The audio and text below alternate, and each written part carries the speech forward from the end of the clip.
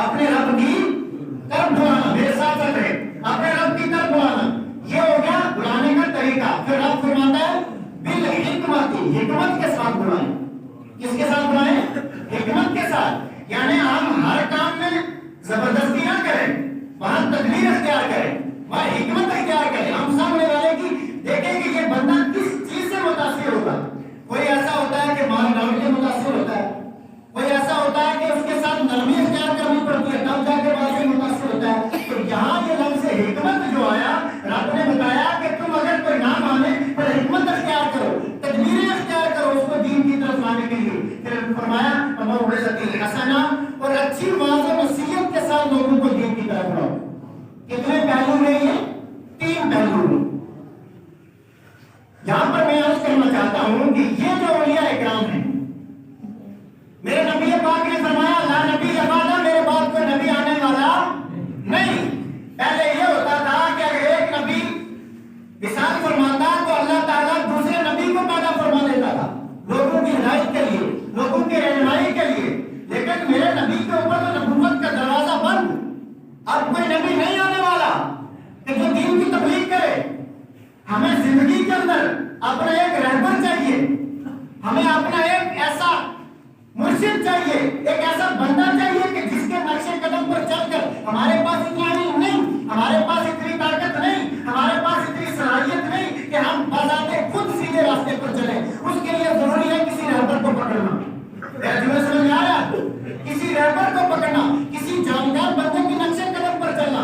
جب نبی نے فرما دیا لا نبی بعد، اب میرے بعد کوئی نبی نہیں آئے گا دنیا میں، گویا کہ نبوت کا دروازہ بند، اب کوئی نبی نہیں آنے والا۔ اب دین کیسے پھیلے گا؟ اب دین کیسے پھیلے گا؟ پہلے میں نے جملہ عرض کیا کہ پہلے ایک کے بعد دیگر انبیاء کرام اللہ رب العالمین دنیا میں بھیجتا رہا لوگوں کی رہنمائی کے لیے۔ جب میرے نبی نے فرما دیا کہ میرے بعد کوئی نبی نہیں آئے گا تو اب دین کیسے چلے گا؟ اب رائے حق کی طرف کون بلائے گا؟ اب اللہ کے راستے کی طرف کون بلائے گا؟ میرے آقا دو جہاں سب کو صلی اللہ علیہ وسلم نے فرمایا العلماء امتی کانبیاء بنی اسرائیل۔ کیا فرمایا؟ العلماء امتی کانبیاء بنی اسرائیل، کہا میری امت کے علماء بنی اسرائیل کے نبیوں کی طرح ہیں۔